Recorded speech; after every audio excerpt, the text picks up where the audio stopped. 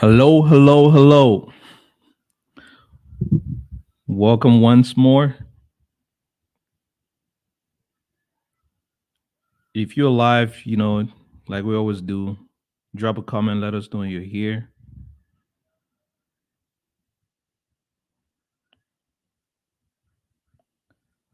Welcome to the Unusual Pad podcast. If you're tuning in, just go ahead and let us know you're here. Let us know where you're watching from, and let us know what mood you're on right now, what you're feeling, what's going on with you. Babe, what's up?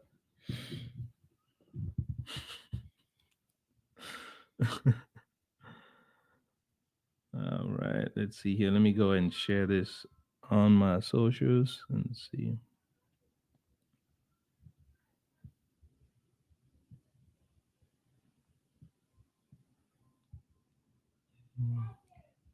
What's going on with you?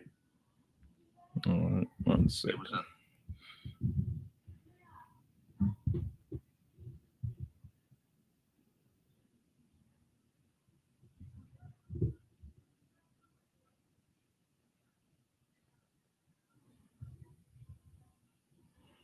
All right. Welcome to the Unusual Pat podcast. If you're tuning in right now, please let us know where you're tuning in from and let us know what's going on around your area. Let us know what's going on. Let us know what the weather is, what are you doing and all that stuff. Thanks for tuning in once more. While we wait for us to start at 10 a.m. Pacific Standard Time, and while we wait for others to join us, I'm going to go ahead and play some music so we can vibe onto that positive vibration that we share here on the platform. As always, you want to make sure you grab a friend, grab a family member, let someone know that you're watching because this is going to be life changing, like I always say. Thank you for tuning in. If you're coming in right now, just make sure you drop a comment on the chat section. Throw us an emoji. All right, let us know. Let's see. Let's go to some music here.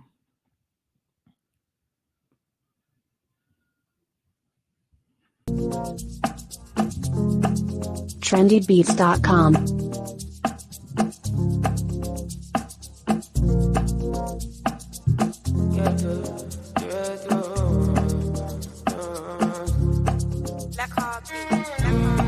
Holy Ghost fire, supernatural, boost my confidence. My cocaine, my heart desire, give me nothing else. I know they tire, cause you give me dinner for the time is. You're my true lover, my mommy water, give me happiness. Oh yeah, the pantas, the pantas, the pantas, the pantas, the pantas, the pantas, the pantas, the pantas, the pantas, the pantas, the pantas, the pantas, the pantas, the pantas, the pantas, the pantas, the pantas, the pantas. Holy Ghost fire, supernatural, boost my confidence. My cocaine, my heart desire, give me happiness. I know they tire, cause you give me dinner for the time. You're my true lover, my mommy water, give me happiness. Midtown's on the shuffle, my nigga. Stop drinking, babe. Taking light on the. Once again, welcome to the Unusual Pat podcast. If you're tuning in right now, let us know you're here. Drop a comment. Let us know you're here. Let us know where you're watching from. I'm worldwide. We like to recognize where we're tuning in from. We like to recognize, everything about you. Where you're coming from and everything. All right. So just let us know where you're tuning in from. Let us know what you're vibing onto, so that way we can get this thing started. Hits me for leaving. Excited indica, it is sativa. Anytime that I smoke, this girl's been looking like wife materials. Is it this or that? If I see I find how I feel inside, I will let you know. I am super high, I can feel my eyes. They say love is blind, but I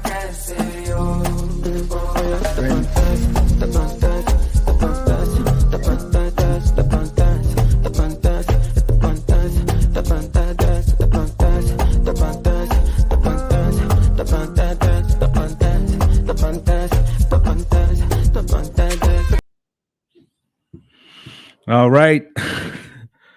I'm sorry about that.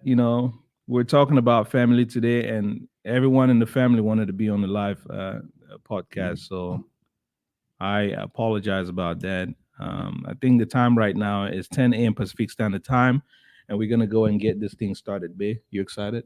I'm excited to be here. All right, sounds good. Hey, if you're just tuning in right now, again, drop a comment. Just let us know where you're tuning in from. Again, welcome to the Unusual Pat podcast, where we delve into the intricacies of life to appreciate the uniqueness of our creation and, just live intentionally, uh, reset our minds to create a positive, culture around us.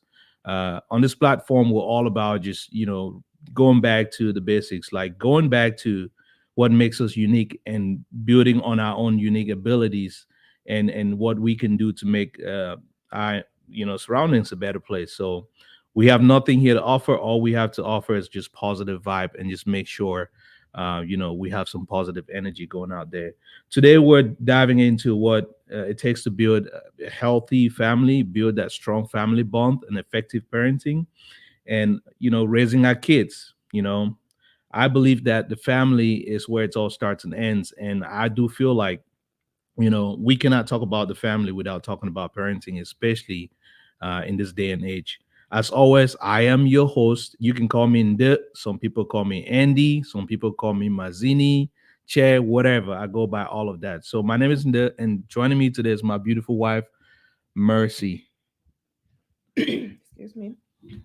You're fine. Hi, everyone. So I am super excited to be here once more on this episode of the podcast. Today, I just want to say thank you guys for taking time out of your busy schedules to be here with us. We wouldn't be here without you all. And also, we will be talking about, of course, building strong family bonds and effective parenting. Okay, not just parenting, but effective parenting. So, guys, stay tuned as we go through this topic with you all. And also, if you have any questions or comments, just drop them in the comment section, and we'll do our best to get back to you. Thank you. All right. Thanks so much, Bay. So like Mercy just said, we're here to talk about, effective parenting and building those strong, healthy family bonds. You may be asking yourself, why we're talking about these things, right? Like, oh, are you guys counselors? Are you guys developmental psychologists and all this stuff? It doesn't matter, right? We live in an information age right now. Each and every one of us have unique experiences in our lives, depending on how we were raised, our environments, and things of that nature. For those that don't know, we have three boys, right? We have Declan. He's 8 years old. He'll be 9 next week. The 29, right? Yeah. All right. I always mess up the birth dates. He'll be 9 next week, and Vincent, he's 5 years old, and then Rain is 2 years old. So we, over the past years, we've definitely learned a lot of lessons just from our own personal experiences with our kids and just trying to figure out what right is. So before I go into it, I just want to stop here and say thank you so much for your subscriptions. Thank you so much for your likes, your feedback and all that stuff. We would not be here without your support. So from the bottom of my heart, I just want to thank you so much for your support. And for those that are joining for the first time, if you've not already done so, I'm going to share our if you look at the screen on the bottom, let me go and share how you can follow us on all the different social media platforms. So as you see on the screen right now, we're on Facebook, TikTok, YouTube, and Instagram. Okay, and it's the Unusual Pad. You can search us as the Unusual Pad. So make sure you like, follow, and drop a comment. Let us know what you like and what you don't like about what we're talking about. And again, we're here for you. So I'm not offended at all. Okay. So thanks again once more for tuning in. All right, let me go back to the comment section. All right. So as of right now, like I said, you may be asking yourself why the topic building healthy family bonds or effective parenting. Um, you know, we all come from a family. We all come from a family. I was, we have families and stuff like that. Growing up, there were some things that I saw in my family that I so much appreciated. There's some things that I saw that I did not so much like. Um, and as we're growing up, the family is our first, first environment that we're exposed to. Most of the times we don't have a choice. Our names, we don't have a choice of what names we're given. We don't have a choice of what cultures we adopt, what belief system we have. We grow into those things because you come into your family, your mom tells you, your dad tells you this, and that's what you know. The way you interact with one another is stems from the families that you come from. The beliefs that you have, positive or negative beliefs, limiting beliefs, they all come from your family. And this is not a session where we come here and we criticize our parents and our siblings and all that stuff. No, that's not what we do here. Our parents did what they could do to raise us. They did exactly what they were exposed to at that point in time. So I know growing up, most of the times you have people that would say, "Oh, my parents, I can't talk to them because they did this to me when I was a baby. My dad did this to me. My sister did that to me." At the end of the day, that does not matter, right? What matters is that your parents gave birth to you. They gave you the opportunity to come here and experience life. Yes, there's some things that our parents could have done that were not good, right? But then we're here to be open minded and change the rhetoric, right? So that's why we picked this topic, building strong family bonds and effective parenting. So, are you that person that is hurt by what your brother did to you, your sister did to you, what your dad did to you, what your mom did to you, maybe 20 years ago? Are you that person that is mad about some other person that does not look like you because of what your parents told you about their experience about those type of people? Right. So that's what we're here on this platform to break. That's the kind of chains we want to break. We want to break those limiting beliefs that we adopted from our homes, our cultures, and things like that, that prevents us from enjoying the benefits of life and seeing what life has to offer. So that's why we picked this topic. So I'm going to pause here and recognize a few of our family audience for tuning in. I want to thank my brother Eric Wahome. Hey, bro, much love. Thanks for tuning in. My elder sister. In fact, I don't know if I should call Mavis my elder sister or not. Abu me.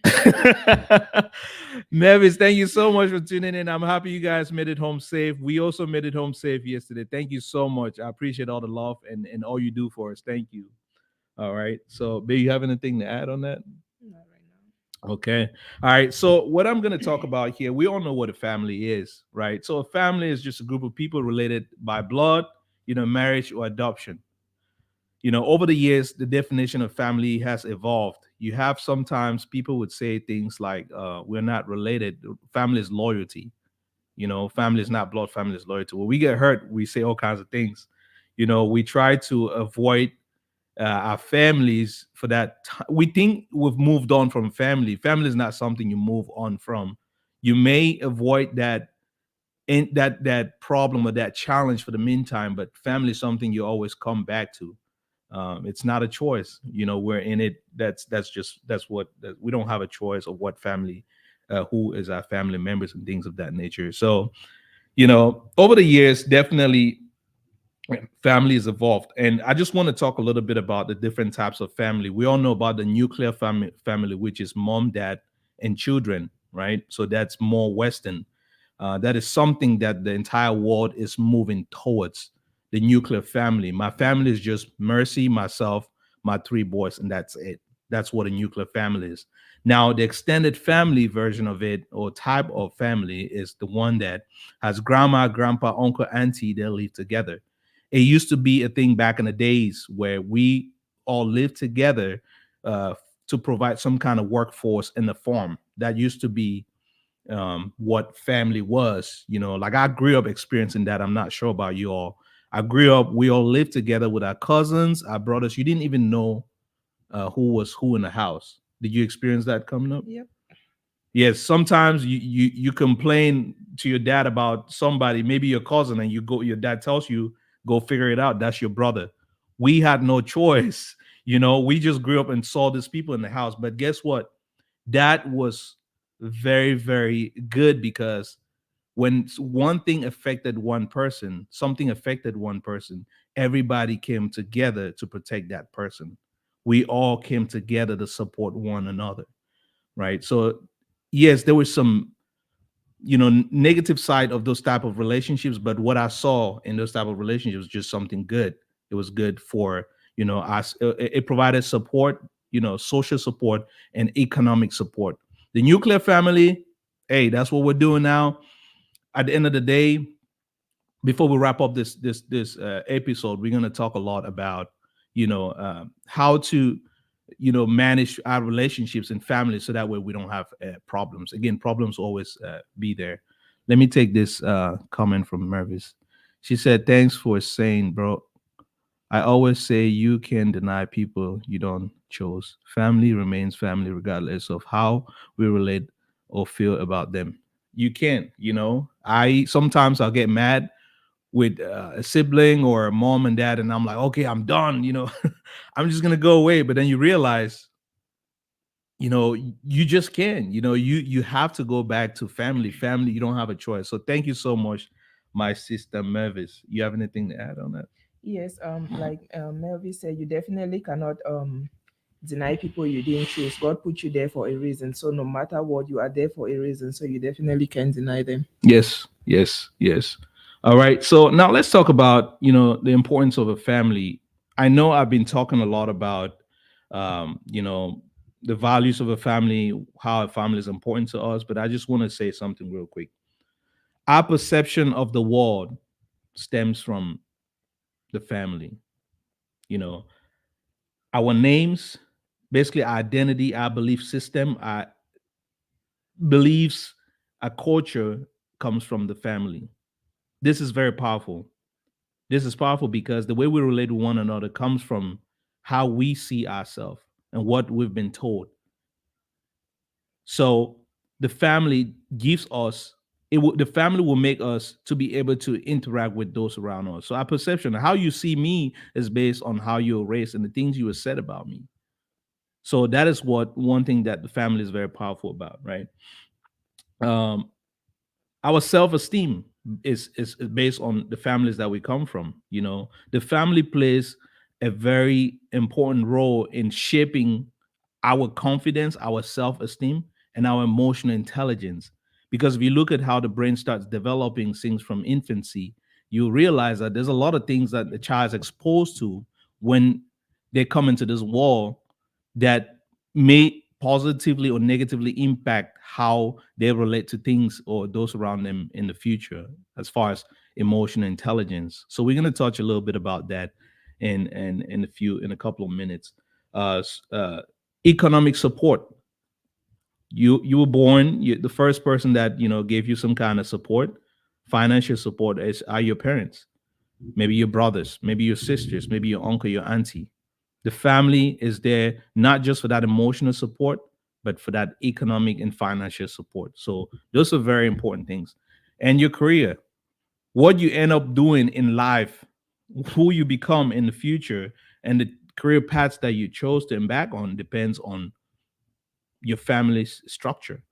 Like growing up, the only all we were told is all I was told was you're gonna be a doctor.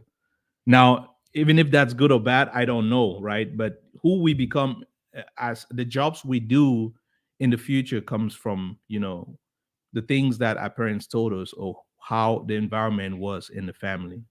You have anything to add on that? Yeah, I just want to say that we cannot overemphasize the importance of a family.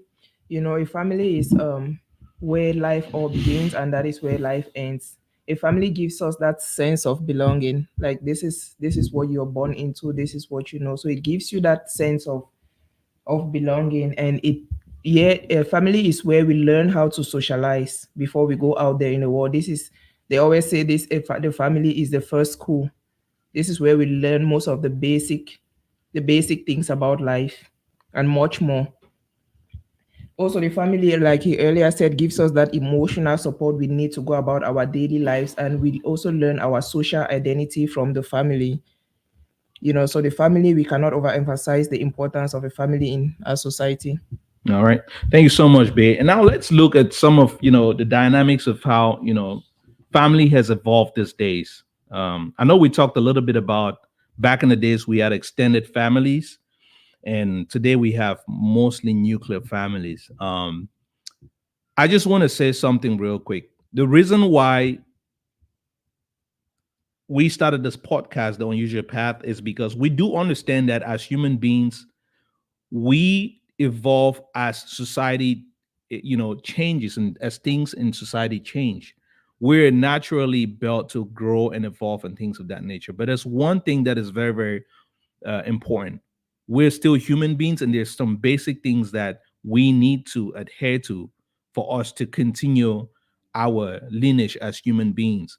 So the evolution of family based because of technology and all that stuff. So before the industrial revolution, the family was a union between a man and a woman, and mom stayed home, gave birth to kids, and care for the family. And that's what mom did. Mom's job was to do that, right? Why dad went out there and brought things to the family. Now, if you look at that, that could provide some kind of stability. But when the industrial revolution came and there was need for women to go out there and work, you started seeing some changes in that family dynamics. Now, whether that is good or bad, I'm not gonna I'm not gonna generalize that. I would speak from my experience and what the changes in those in career wives and career moms has done to my family and things of that nature. So nowadays we see that the family mom has to get up in the morning and go to work, and dad has to get up and go to work. So now you will see that there's a lot of things that happen inside the home as far as who's supposed to be taking care of the kids and things of that nature. So I'm gonna pause here, and so that way I'm not so biased and ask you this question, Bay. Um, from a man's perspective, I think uh, most men will always say, most men will say that the woman's role is to stay home and take care of the kids. And biologically, I think it makes sense that way. So I don't want to impose that, but what do you think? Do you think before the industrial revolution, women staying home and taking care of the kids? Do you think that is what we should be? We should still maintain as a society, or you think you going to work and me going to work and things of that nature affects the home? I'm not sure if that makes sense or not. Well, I do think before the Industrial Revolution, women staying home, and first of all, I respect the fact that I respect the nurturing role of women or mothers who stayed home and took care of their families. Like before the Industrial Revolution, men were the providers. Men provide and protect, while the women or the mothers stayed home and took care of their children and took care of the home. So back then, I think I'm not gonna say career women, I'm not gonna say it's a bad thing or a good thing, Right. but I just feel like before the Industrial Revolution, the family bonds were much more stronger than Okay. it is today. And what happened after the Industrial Revolution is that I guess things became tougher. Like more women started going out there to fend for the families as well, to get that financial stability. Because I feel like somehow after the Industrial Revolution, like the man would go out there and what he brings back home is not really enough to take care Okay. of the family. So I feel like that's what actually pushed most women to go out there, and try to fend for the family, to support the husband. But again, now this is the problem. So most career women, or a lot of career women, we go out there and we try to fend for the family, to support the husband, to gain that financial stability. Most women turn to not intentionally neglect the home and the kids or the children.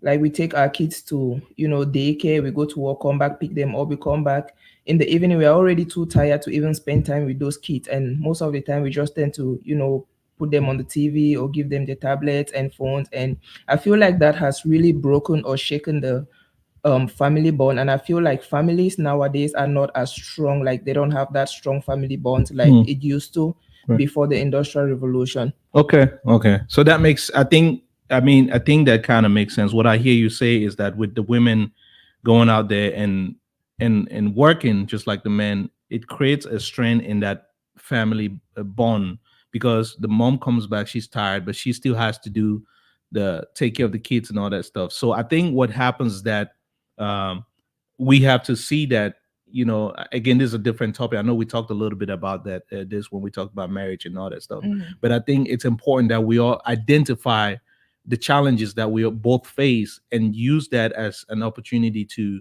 come together as husbands and wives to target that problem. As in, when you come back, you're tired, let me provide that support that you need, so that way we can still create time to spend some quality time with our kids. Yeah. Okay. And yeah, before you go on, I just want to say I don't have any problem with women going out there to work, but looking at it from a biological standpoint, women, we get pregnant, we carry the pregnancy for 9 months. Pregnancy on itself is very tough. So carrying a pregnancy and working with it, it's a whole lot. And then at the same time, you have to take care of the home. Of course, things have changed nowadays. We get a lot of support from our spouses, but I still feel like pregnancy only. I feel like women are designed to stay at home. You're gonna start a fight here. No, I feel like women are designed to stay at home. Don't get me wrong, I do work, so I'm not saying sit at home. I feel like women are designed to stay at home, but society has pushed us to go out there and work because you have to survive, right? Right. And also we get on our period every month. The cramps and the pain that comes with it, I feel like you just have to stay at home, but we have to go to work. Why? Because of society, we have to fend for ourselves. Right. You mind taking those? I think Mavis said something. Not the spot on Messi. She said, I think the biggest problem that was caused that period is role confusion. That's very true, Mavis.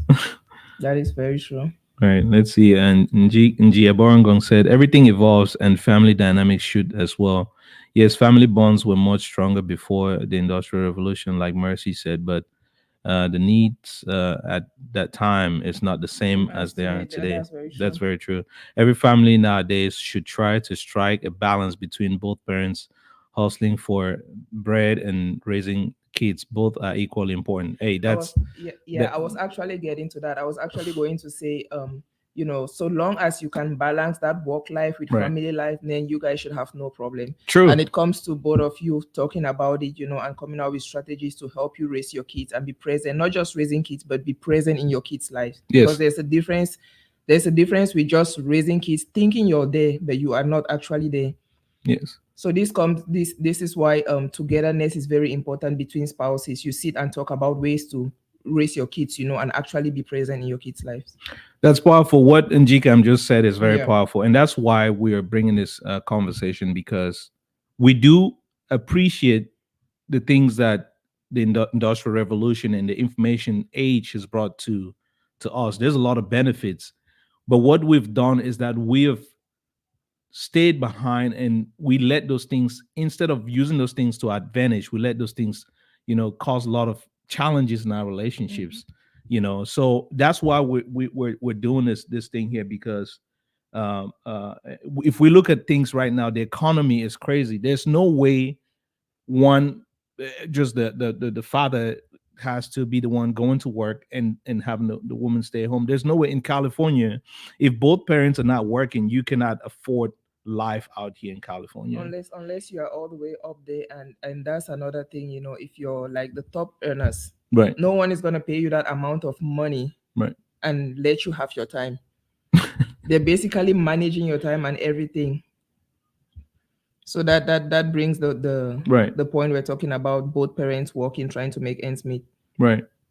And it's all sacrifice. It's you all know, it's all sacrifice, sacrifice. We understand you have to go to work, I have to go to work, but it's all about finding ways to still take the jobs that will let us create time for our kids and all that stuff. Right. So it's all about sacrifice. So again, there's some culture and some things that have culture things and how society has affected the family structure.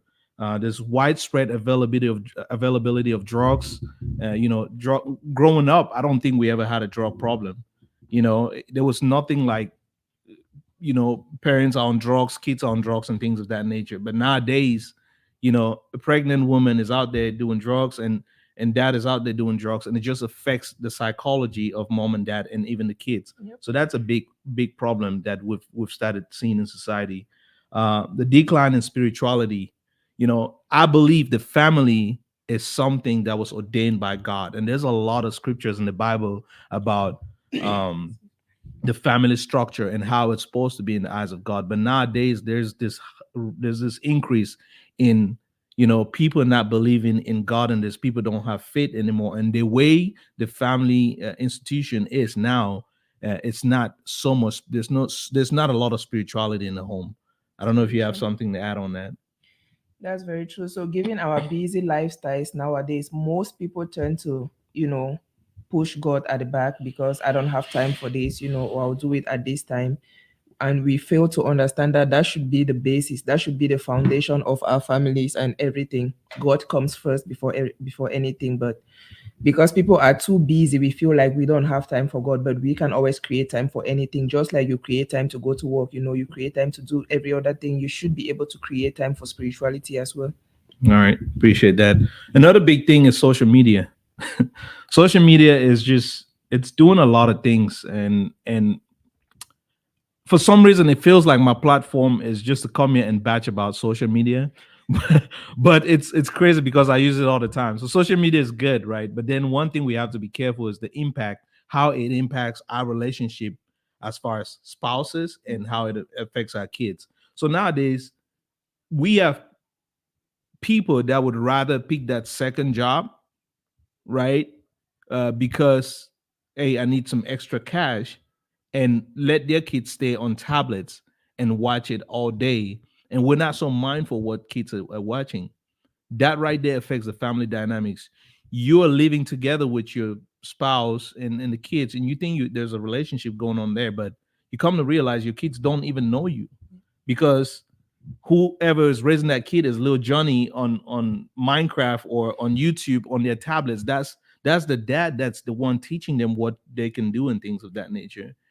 Our kids are being raised in daycares and in school system. Nothing against that, but then you, as a parent, you're supposed to create time to come back home and sit down with that kid and have that time with them and unlearn certain things that you don't stand for as a parent, right?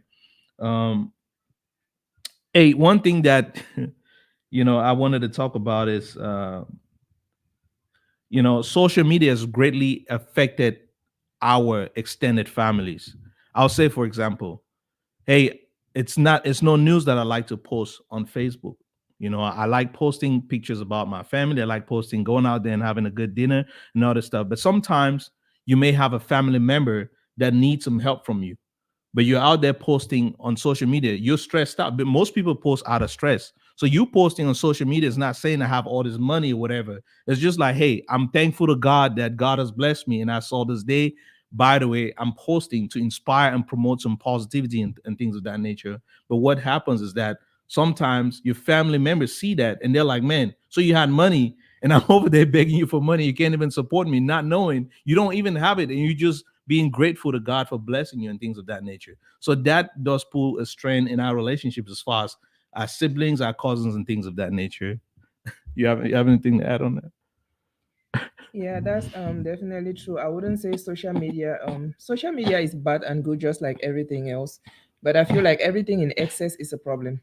Right. That is where the problem comes in with social media. If you know where to draw the line, then you should be good. If you don't, then that's where you have a problem, because sometimes you realize you just sit there and you're scrolling TikTok, Instagram, Facebook for an hour or even hours without realizing. Yeah. So once you know how to be like, okay, maybe put out a time in a day and be like, this is when I scroll through social media, and after that you're done, then you should be good.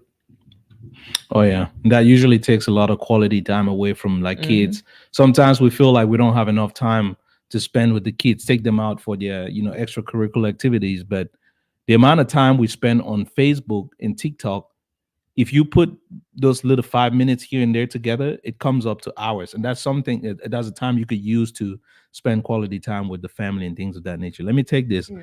I strongly, Melvin said, I strongly believe that if we understand that a relationship has more to do with complementarity than making we both do a bit of everything. Mavis, you have to break this grammar down. But I think what Mavis is saying is that relationship is more of us complementing each other Hmm. and understanding how to support one another. Yeah. There's always a benefit in that aspect. So thank you so much, Mama. Next time I didn't come here with a dictionary, so make sure you break down this this PhD level terms here. But thank you so much, Mavis. Love you always. Um, there's also lack of discipline, or there's a lot of domestic violence nowadays, and that affects the family structure. we have to discipline our kids. There has to be discipline in the home. Discipline, I'm not talking about, you know, definitely spanking kids and all that stuff, but there has to be the explanation of consequences to our kids. They need to understand that everything in life is all about action and reaction. If you do good, you're going to get good back, and that has to be explained to our kids.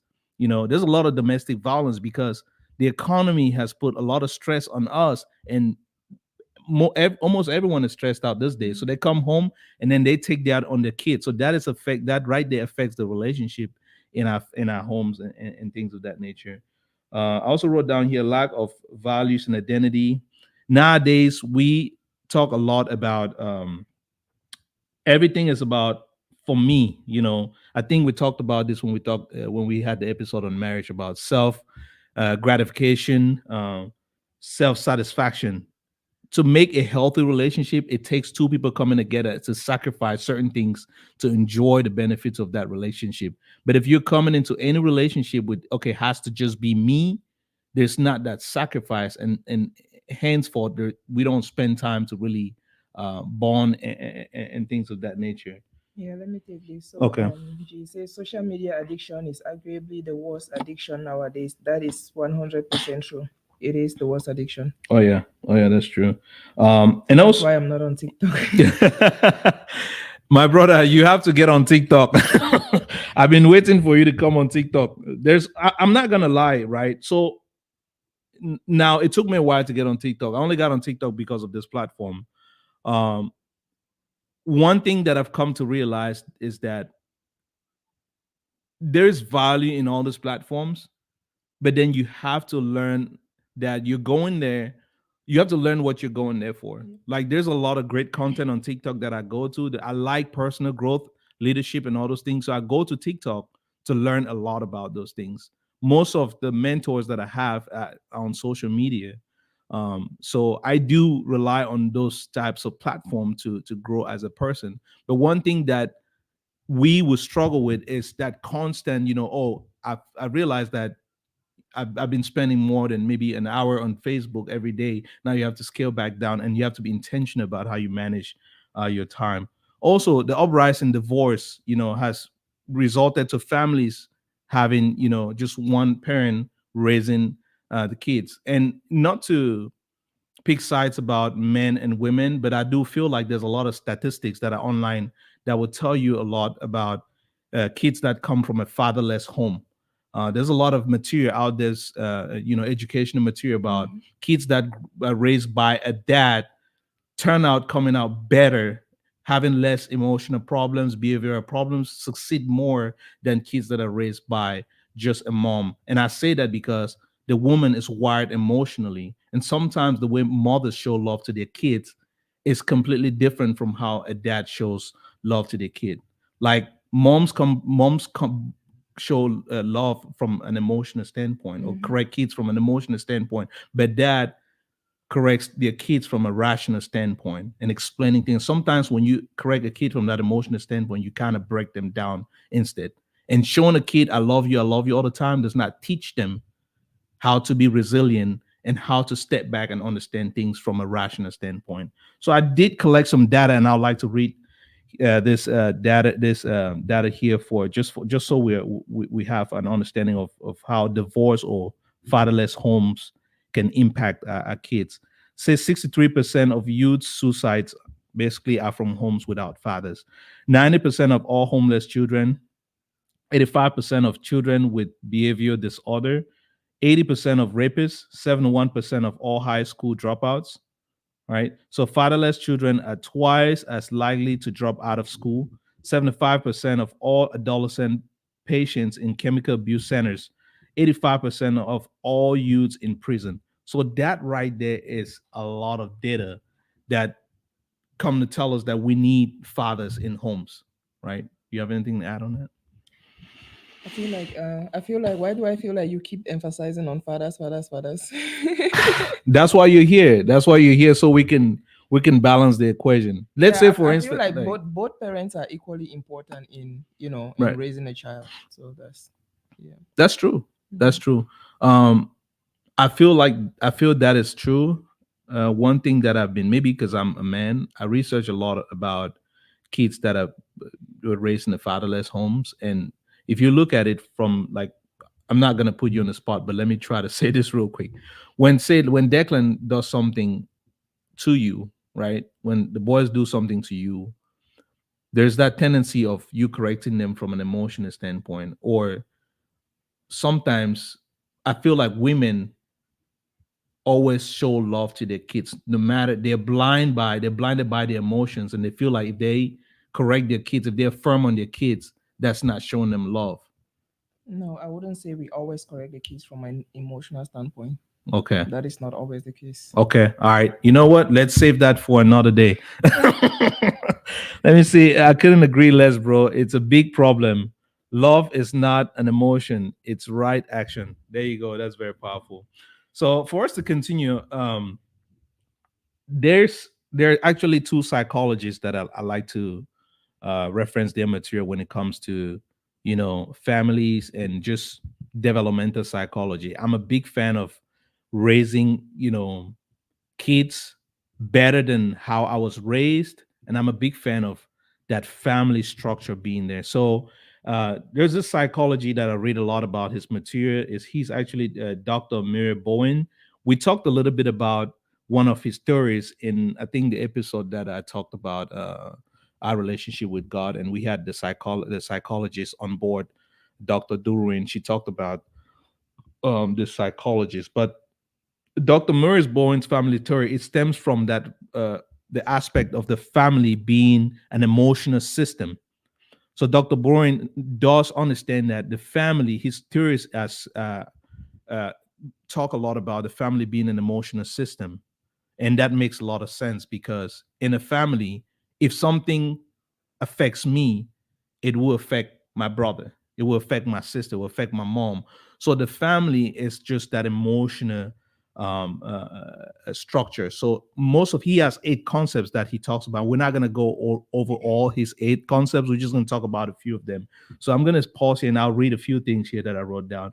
Families affect their members' thoughts, feelings, and actions. Right. So the way we behave um, with one another, it's if I act this way to you, it's going to affect you. So the way I act, affects you. So definitely I would be mindful of how I act around you and things of that nature. And these theories they apply to in society, and not just the family.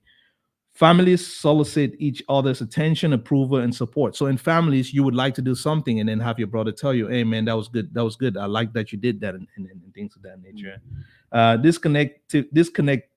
This disconnectedness and reactivity make the functioning of family members interdependent. So again, we already talked about this type of reactions make us interconnected.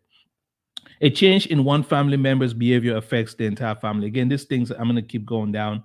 But then what Dr. Bowen is talking about is that in a family, there's some people that will take the responsibility of always being the one to bring unity and bring cohesion in the family. And from statistics, that person ends up being depressed, having anxiety, and things of that nature. So basically, in a family, believe it or not, we're all interconnected emotionally. All right. You have anything to add on? Yeah, I think Melvis has a question. Do you want to take that? Which one is that? The last one. What will you say is the difference between raising kids back home and in this society, if any? Oh, that's definitely there's a lot of differences. Just the exposure itself. I would say a few years ago, before technology was really available to everyone, there was such a big difference. But now with technology being out there, the lines have been blurred. Okay, because when we talk about raising kids, it's all about the amount of things that they're exposed to. From my experience growing up back in Cameroon, we weren't exposed to, I would say, women dressing almost naked around, and some of the things that kids watch on social media, and our cartoons we watch had nothing to do with, maybe bad words or sex or anything of that nature. But most of these kids cartoons these days, if you pay attention to it for 5 minutes, like there's none of them that is not infused with some kind of immoral, conversations and all those things. So there's such a big difference.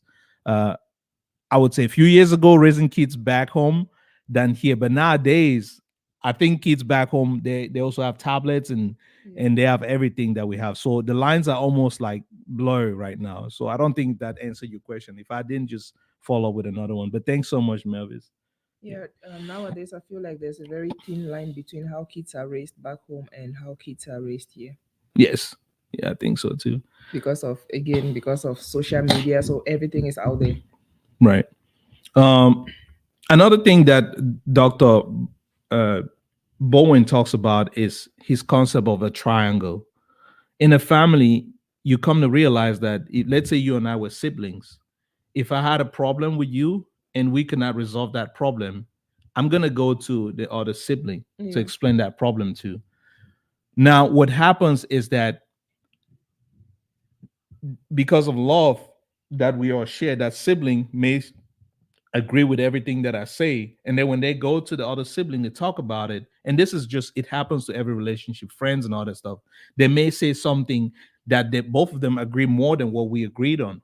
So in that dynamic, it becomes even more toxic. And that's why Dr. Bowen talks about it's like that triangle aspect, because you and I can't handle something. We go to the third party agrees with me and things of that nature, or may say this person is that, and then goes to the next person. They agree on something else. And then now I'm sitting there thinking you understand me, but you don't really understand after you've spoken to that person. So it just becomes a weird dynamics. That happens with cousins, especially nowadays with social media. And that is why most people hate the way I am. And if you're my family member, you already know this. If you come to me and you want to say something about the other person, I'm gonna pause you real quick and I'll tell you I cannot move forward without getting the other person's side. And that's just how I am. I'm not gonna agree or disagree with anything you say because I don't want to be part of this triangle psychology theory that Dr. Bowen is talking about. I'm the type of person, you share something with me, the three of us have to sit down and be honest about it and talk about it, because that's the only healthy way to keep the family, because at the end of the day the goal is to keep that family in sync.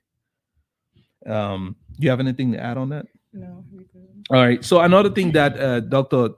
Bowen talks about is the differentiation, which goes from that emotional intelligence standpoint. In a family, some people are well differentiated. Therefore, that means those are the type of people that, in the midst of chaos, they can pause and be rational about things. But then there's some people in the family that are not well differentiated, so they don't really have that strong emotional intelligence. Anything that happens in the family, they react to it. So they will adjust the way they talk, the way they interact, just for the sake of, oh, now there's chaos in the family. This person is hurting. Let's do this. But you don't pause and think and use your brain like, wait, what are this person's behavioral patterns? Are they always doing these things? And you bring in rationality behind that to be like, oh no, you're just throwing the tantrums now because you're not getting your way. You have to man up and figure this thing out yourself. So in a family, you have those people that are well differentiated and those that are not well differentiated. And that in itself can create some kind of tension among siblings. And that goes with even in a marriage and things of that nature. We already talked about the concept of emotional cutoff. Sometimes in a family, when that problem cannot be resolved, sometimes we back off from that relationship and we just cut people off and say, hey, I'm going to go hang out over here and be by myself.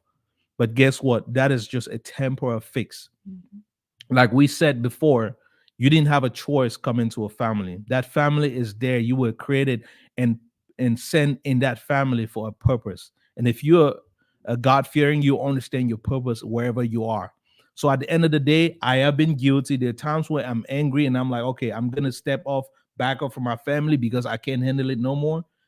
That was a few years back. Now I understand if I'm stepping off, it's like, okay, I am angry right now. I cannot talk to you because the things that I will say will affect you.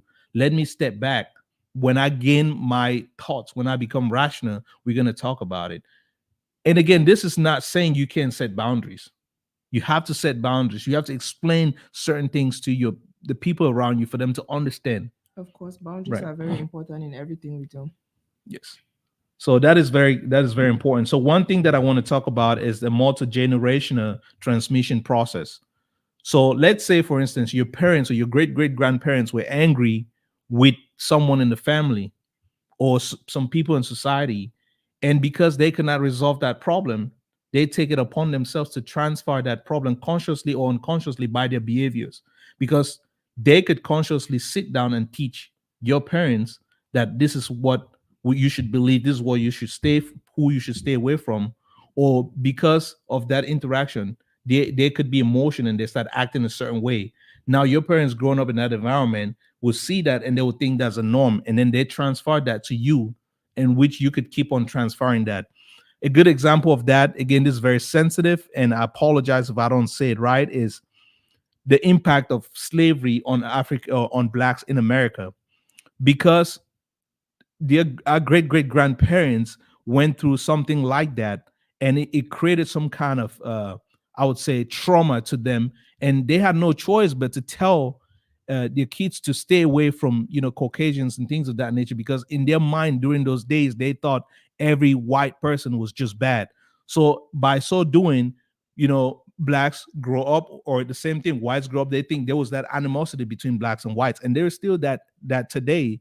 But that is as a result of that multi-generational transmission process of what families would tell their kids just to protect them, for them to survive in society, and it becomes something very big. And then you tell people, why are you still mad about slavery? Oh no, it happened, so there's a reason for people to still be mad about it.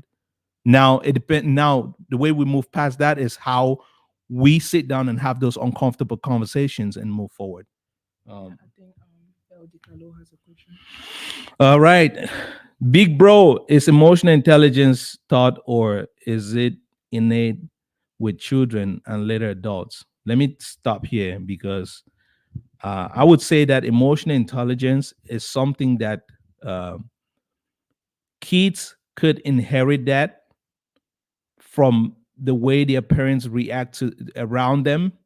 Because kids growing up, and let me say this, kids that grow up in I would say in a house with domestic violence, and see how their parents react to things around them, have no choice but to inherit that, and they think that's the norm. So if us as parents are not proving to our kids that we could sit and have an educative disagreement around our kids, but we rather chose to be angry and be emotional around them, and call each other names, that would affect how our kids grow up to start relating to problems, if that makes sense. So it's something that definitely could be taught, but then sometimes when kids get exposed to it very very young in age, it becomes part of them, it Mhm. becomes second in nature. All right. So why do people resist emotional intelligence when it becomes to managing relationships with self, loved ones, and others, thereby affecting the quality of relationships? I say that, especially nowadays, if anyone is out there resisting emotional intelligence, then that person, I don't know, because there's a lot of chaos out there. And if you're not emotionally intelligent, there's no way you can operate in life. I'm talking about in your relationships with your spouse, your children, your co-workers, and things of that nature. So the mastery of emotional intelligence is very powerful to navigating towards the challenges that we have in life. You cannot just be emotional about everything. We have to pause. We have to understand that you cannot face emotions with emotions. You have to face emotions with thinking, with some thought. Okay, so I'm not sure if I answered your question, bro, but let me know if I did help, if I did answer your question. You have anything to say? No, I don't have anything to add to that. All right, so we're gonna keep this thing going. And again, another psychologist that I would not really talk a lot about today is Eric Erickson. I know for those of us that read or maybe have taken a few courses in developmental psychology, if you look at Eric Erickson's stages of growth, he talks about trust, mistrust. He talks about autonomy versus shame and doubt. He talks about initiative and guilt. And then he also talks about industry and inferiority. He talks about identity and confusion. And these are very, very significant milestones that when we're raising our kids, we have to be mindful of those things, because if kids do miss those milestones, they grow up to start having problems in the future, because maybe when they were a little kid, or maybe from 0 to 18 months old, we didn't teach them how to trust people, or we told them to trust everyone. Maybe we don't let our kids be autonomous. We don't let them practice and build confidence in them. We don't give them that training to have them grow their self-esteem. Maybe when they become the age of puberty, that's when they experience such an identity problem, identity crisis. We don't teach them to who they are, and boost their confidence and things of that nature. So we should really consider some of those things. Do you have anything to add on that? No. Okay. I think Colin said the idea is relative because it depends on the people around that child. I say kids learn from the adults in their immediate surrounding. Yes, they do. They do. It's funny how, because Rain here, Rain here, for some reason, when my 2 year old, when he wants to talk to his brothers, he would change the tone of his voice, especially when he wants to direct them to do something. He wants to sound like me, Yep. you know, and they copy everything you do. So if you have kids, you really understand what Collins just said, because the conditions you set in your house, if there's always chaos, violence, and yelling, That's that's what they what are copying. they would start doing. Mhm. So I know for my very young days, when I was a young dad, I didn't know any better. I used to yell and all those things. And coming from a military background, you know, my approach was a little different. So you started seeing these kids who start yelling and things of that nature. So you're very, very right about that. All right. So now let's talk a little bit about building strong family bonds. How do we achieve that? How do we build healthy family bonds? Spending quality time together, right?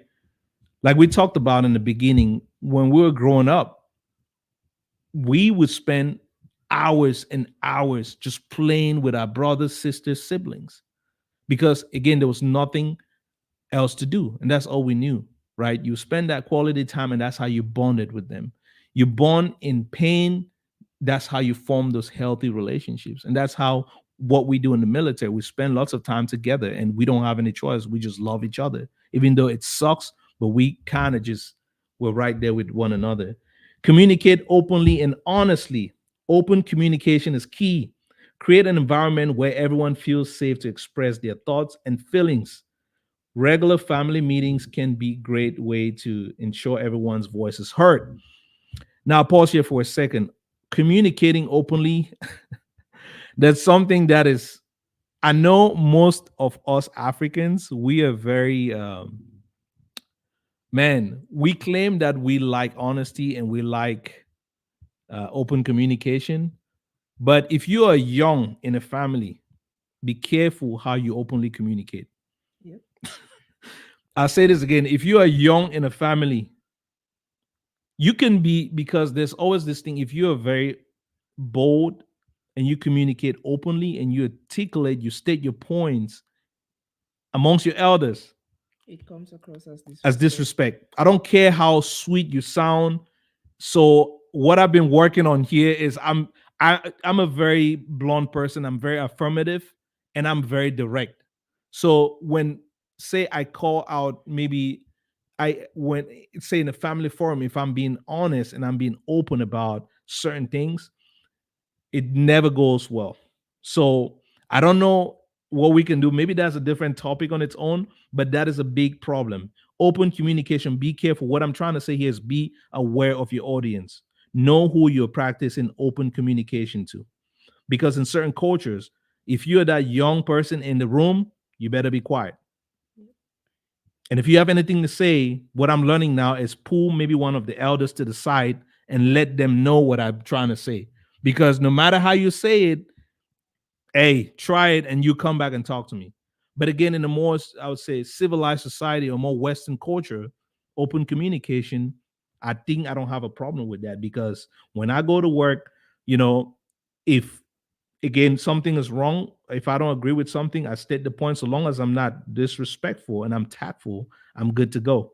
But again, I've tried those things, in family, in our own cultural setup, it doesn't work like that. So be aware of culture when you're doing open Yeah, communication. so Mavis has a question. Yes. What do you think can be done to help women address versus express emotions, and men also to address versus suppress emotions. Okay, women to address versus express emotions. Now, I don't know about men, but I think for me, I would say what I've learned to, You want me to go back up? no, I have it on my phone, so Okay. what I've learned is just to take a deep breath, before I react. Same way I tell my kids, take a deep breath. I find myself doing the same thing just so I'm not, doing something out of emotions rather than thinking of what I'm about to do or say. Right. I think for men, addressing emotions is, I mean, the younger me, I still believe that men, you should not express emotions and things of that nature. But everyone is emotional. Everyone has an emotional a side of. I mean, it's part of our brain. It's part of our development and things of that nature. So what I do now is practice active listening, um, practice patience. Just listen. Sometimes you don't need to say anything. You just need to be present and listen, and really get to understand where that person is coming from. Sometimes being vulnerable, like you could be vulnerable. Men feel, "Oh, I can't express emotions." No, you can't. Be vulnerable. If you experience love and you're with someone that you truly love, it's very normal to express how you feel and all that stuff. And this is what I would say. This is what you did. This is how it affected me, and this is how I feel, and things of that nature. So it goes with communication, being vulnerable, practicing patience, and active listening. Uh, all right. Okay. All right. So I'm gonna go with the next point. Show appreciation and love. A. Don't underestimate the power of appreciation. Being grateful to one another in the family. I don't know. I don't. It doesn't matter what the other person does. Sometimes just take a pause, appreciate the little things, because sometimes in the family you may try to help someone, they'll be like, "Oh, I don't, man, I need this, and this is what you're giving me," and stuff like that. You don't know where that person is coming from with what they're giving you. Even if it's not up to what you ask, just learn to appreciate them. Even if they don't give you anything materialistic, but just because they can listen to you, create time to call each other and be like, "Hey man, I appreciate you. I love you. I love you because without you, I'm nothing." Just learn to express those feelings and emotions, and let each other know that you appreciate them. Create family traditions. Okay, traditions give a sense of identity and belonging. Whether it's holiday tradition or unique family rituals, these moments create lasting memories and strengthen family ties. Create family traditions, right? I know some families have like yearly, come together. They'll sit down, they'll break bread. They would have maybe a weekend together. Do that. And it starts within the immediate family. Oh yes, It yes, has to start with the immediate surrounding. Like one thing we do for family time, most of the time we do Friday movie night. So weekly. Sometimes we miss it, but for the most part, that's what we do every Friday night. yes. The kids love camping. The kids love camping. They do picnics. Sometimes they will turn off the lights and we'll get maybe some chips. We'll sit down here in the living room and we'll just sit down, turn off all the TVs, maybe a little light, and we just sit down and talk. So Fridays we do Friday night movie nights, and then throughout the week, sometimes I crash here. I put like air mattress here on the floor, and I spend the night with the kids, and we create a big room here. We all sleep together. So that's something that it may sound like, man, are you guys crazy? But that's the kids. Try it in your homes. You see how the kids will react. They love it so much. And then forgiveness. We have to forgive. We have to forgive for our own for our personal gain. They say forgiveness is not about um, the other person, is about you. um, Yeah. I'm not saying you just go out there, and if a family is becoming members becoming very bad and you just forgive everybody. No, you forgive them, but you maintain your distance. That's okay. That's very okay. You have something that. Yeah, now some people feel that forgiving means I just have to, take you back. Yes. There's something about forgiving. First, you forgive for yourself and not for that person who hurt you. Secondly, if someone keeps doing something repeatedly, like over and over and over again, I'm not saying you don't forgive them. You forgive them, but you learn to put that boundary. Because people feel like, oh, they can do this over and over and over, and you just have to forgive me and open your arms and embrace me. No, you forgive them, but you make sure you put that boundary. Oh yeah. Oh yeah.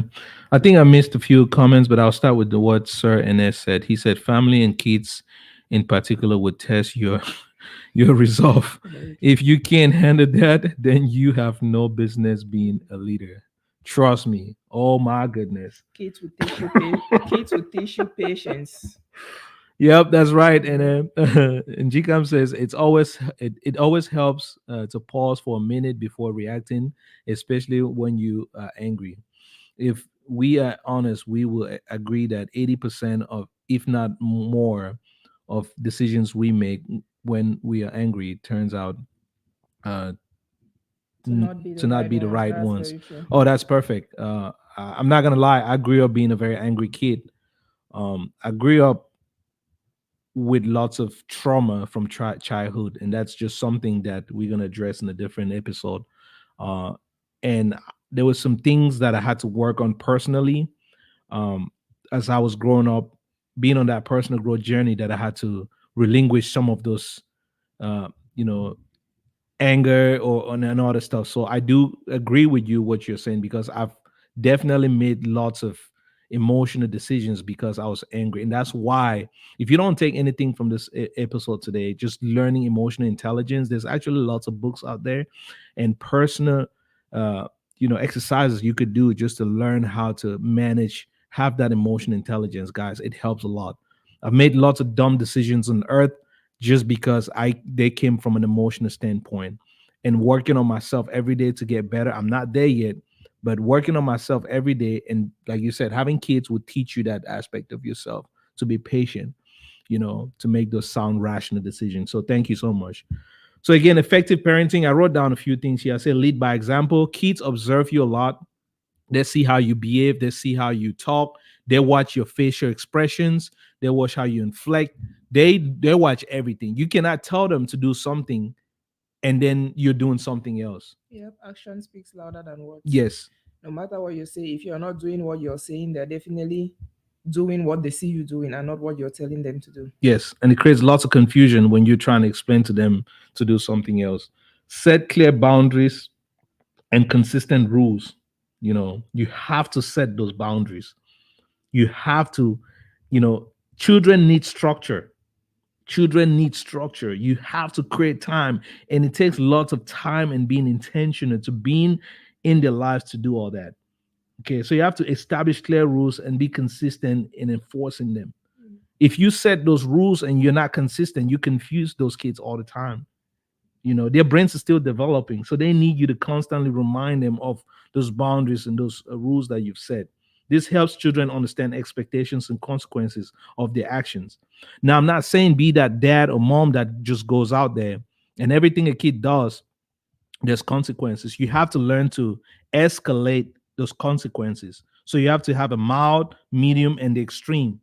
you know Sometimes, because they forget, their brains are still developing, it's not that they're stubborn, so sometimes they don't remember those things. You act like you didn't see them, but you pull them to the side when they keep going crazy, and then you put them to the side and have that educative conversation, explain to them why they shouldn't be doing the things they're doing. Yeah, we have a couple of comments. Okay. Melvi says kids are only a reflection of their environment. That is very correct. Yep. And Sir Annie says exactly what say whatever you want, they'll do what you do. That's very true. Yeah. And Jikam says, what is your take on discipline using a whip? Okay, so that's why I'm talking about the consequences. You have to be able to have different levels of those consequences, right? Or those disciplinary measures. It always starts with a conversation. Starts with a conversation. It starts with setting those boundaries, reinforcing them. And I'll be honest, I have no problems when with pulling that whip out. I have no problems with that.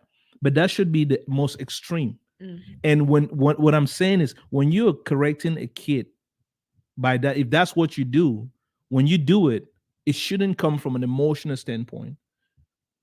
I do not condone using a whip on a kid.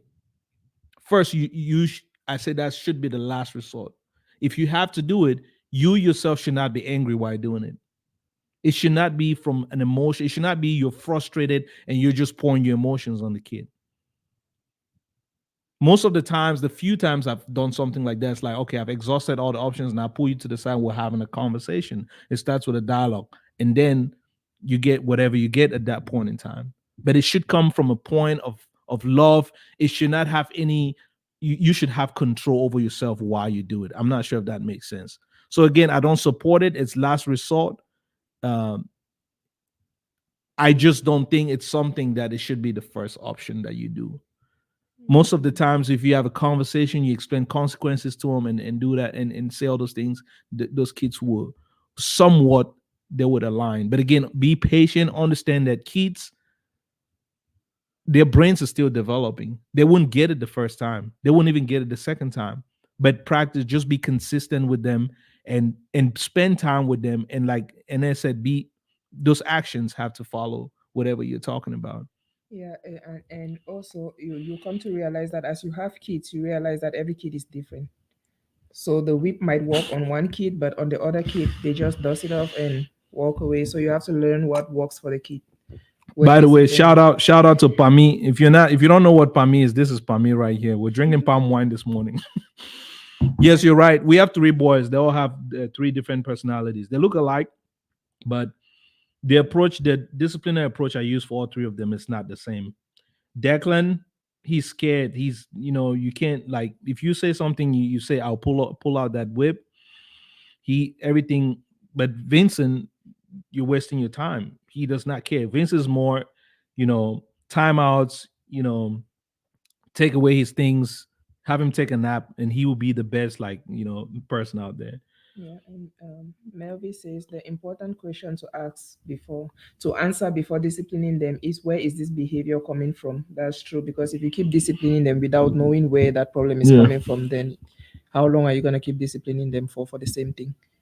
So, and then finding out that answer will go a long way in disciplining effectively. That's very true, Melvis. Yep. Again, practice positive discipline. Focus on positive reinforcement rather than punishment. Praise good behavior and provide constructive feedback for missteps. This encourages children to repeat positive things. So what we've learned over the years is, when you provide positive enforcement, if they do something, like for instance, the kids know every day when they wake up in the morning, they have to make their beds, they have to clean their room, and they have to come down. Declan now does the dishes. They know those things. Does he do it every day? No. Does he do it like maybe 4 times a week? No, right? You have But to remind him, yes. yes, you have to remind him. But when he does it, it's a big celebration in this house. So when you do things like that, it helps them to remember to do it all the time. But if what you do is, the day they don't do it, you start spanking them or being mad and stuff like that, it messes up with their confidence, their self-esteem, their control, their decision-making process. So they don't even know what to do anymore. So I do encourage, positive reinforcement. That's one of the things that I adopted along the way. Listen and emphasize. Take the time to listen to your children's concern and feelings. Empathy goes a long way to building trust and understanding. Sometimes just acknowledging their feelings can make a huge difference, right? You all heard that. Encourage independence. Allow your children to make choices and take on responsibilities appropriate for their age. This helps them build confidence and learn important life skills. I'll say this real quick. You have to let your kids make mistakes. And again, guide them based on their ages, but you have to let them be able to make mistakes and learn from them. That is very, very powerful. So, for the sake of time, I'm not going to expand on that. Educate yourself. So, parenting is constantly, you have to there's that constant growth process that happens when you're a father. We've been in this, father parenting thing for about maybe 8 years now, and we're still learning. There's still a lot of reading I do. There's still a lot of, I pray a lot about it, and just learn from people that have been having mentors and things of that nature. Having an open mind, guys, because Don't be the parent that want to raise your kids out of fear. You should not raise your kids out of fear. You should not limit, because you don't know what God is sending in your family. These kids come with their own potentials. God sent them here for a reason. So at the end of the day, you don't want to be the one to prevent them from fulfilling their destiny here on earth. The way I came up, the way I was behaving in the household, not to put my parents on the blast, but I've always been curious.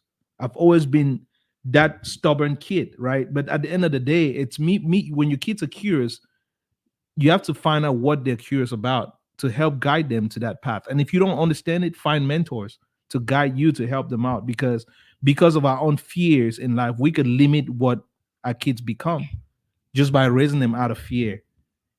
You have anything? Mm. Okay. Spend quality time with your children and teach them. You have to spend quality time with them. You have to spend quality time with your kids.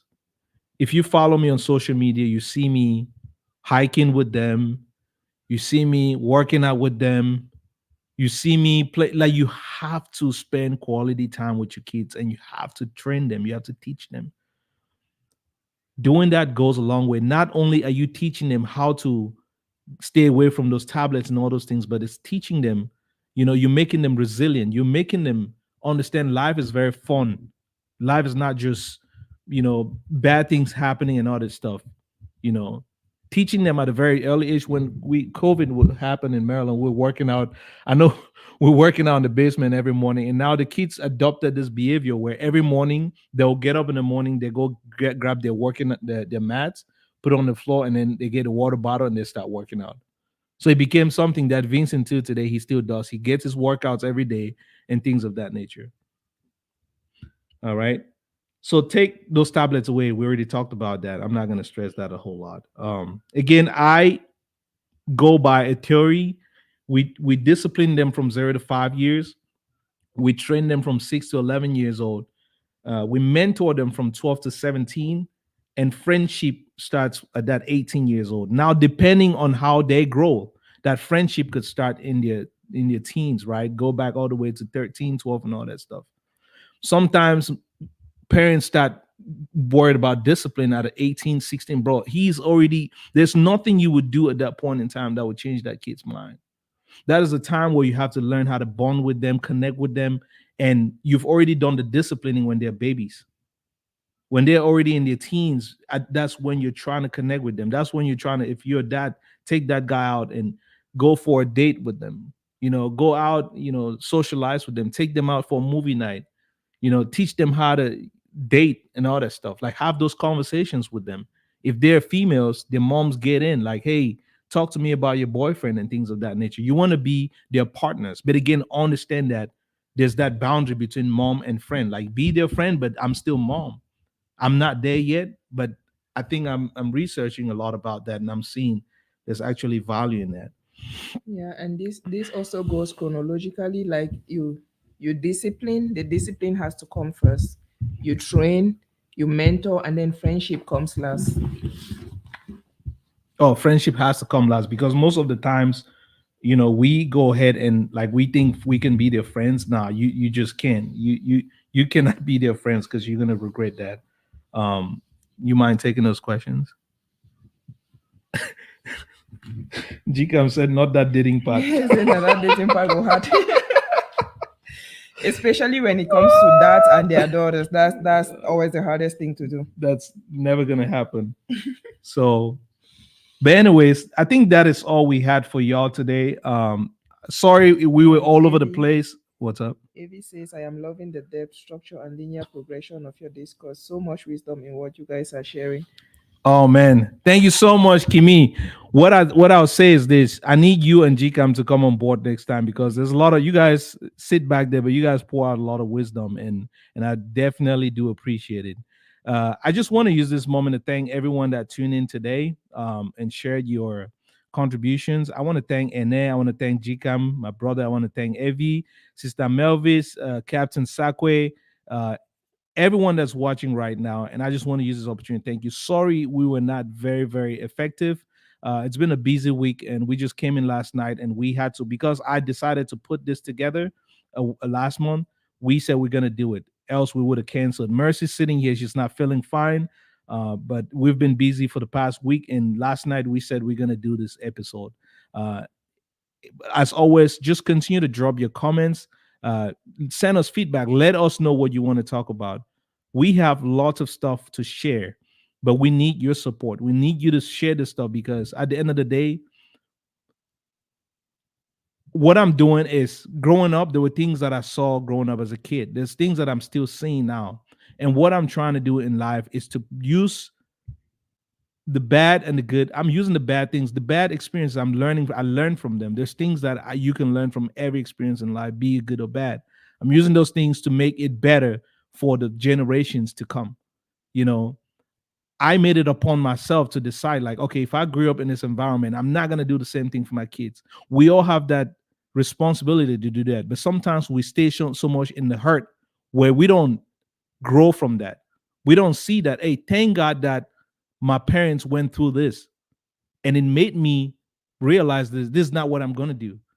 Thank God that I experienced this in life, and it made me push me to the direction of learning how to cope with those things, so that way I can become better. I can, become a better dad, become a better husband, and things of that nature. So that's why we're doing all this. So at this point in time, thank you so much. You guys have been a bit amazing, and if you've not already done so, Evie, I don't think you're following us on any of the social media platforms. Let me put you on the spot. So we're on TikTok, we're on Facebook. Make sure you like our social media outlets, like and follow us. Let us know what you want to talk about. Next month, I think it's the 17th of August, we'll be coming up here to talk about our co-worker relationships. Okay. So I'm going to bring a powerful guest. I'm not going to tell you who that person is going to be, but stand by on the 17th of August. We're going to come up here and talk to you about managing those co-worker relationships, because we all have jobs. And sometimes we go in there with our own problems and we think it's the other person's problem, but it's because we suck at emotional intelligence. We suck because we're still harnessing traumas from childhood. You know what I'm saying? So it's good that we understand how to take care of ourselves before we get into those type of relationships. So thank you so much. And like I said, if you've not already done so, make sure you like our pages and let us know what you want to talk about. You have anything to add? I think Avi has a question. You want to take that quick before we What did he say? sign off. One Okay, second, go let me go up. ahead. Let's see. Sorry, technology is not working in my favor here. Okay, Uh-oh. here's a question. Okay, read. What would you recommend as remedy for a broken child? A child who hasn't experienced any of the stages of relationship between parents and children you just mentioned. Hmm. So one thing that I didn't mention a whole lot is definitely therapy. Okay. Therapy, there's value in therapy. On this platform, I talk a lot about preventative measures not to get us in crisis, but there's value in therapy. The goal of my platform is to prevent trauma. The goal of the platform is for us to get back on the drawing board to adjusting those behaviors that could make us become resilient, so that way even if we experience trauma, we are not as broken as people that don't have those basic skills in managing trauma. But again, if you are that broken child that never experienced those things or grew up having some kind of trauma, I highly recommend therapy. I know that therapy is not really big now in Cameroon. Um, but again, there are online sources, and there's lots of mentors, coaches out there that can guide you to the right path. I understand. I've seen lots of people with trauma from childhood, man. They don't even know what they're going through, but it's because of those things that came from the homes that they came out of. But again, we're all here for each other. My purpose in life is to give out all the things I've learned. There's a lot of things that I've adopted, I've learned just because of the traumas that I went through myself. And I went back to the drawing board. I read books. I stayed in the gym, and I just had mentors, surrounded by good people, surrounded by people that will inspire you to become better and just make this place a better place for us to live. And if you have to go see the doctor, go see the doctor. Talk to him about your problems. If you have to go to church and cry every Sunday, go do that. If you have to grab your Bible and read, because ultimately what a therapist does is they teach you how to take care of yourself. They give you remedies, tools, and skills for you to develop, those coping mechanisms, because we all have them. But I understand sometimes we're so broken where we cannot depend on ourselves and we need somebody else, then we go to those therapies. So thank you so much for that question, Evie. Again, we cannot win alone. We have to win as a team. That's why we need each other. And that's why we have to surround ourselves with those people that will get us to where we're trying to go to. So once again, thank you so much for tuning in. I appreciate your time.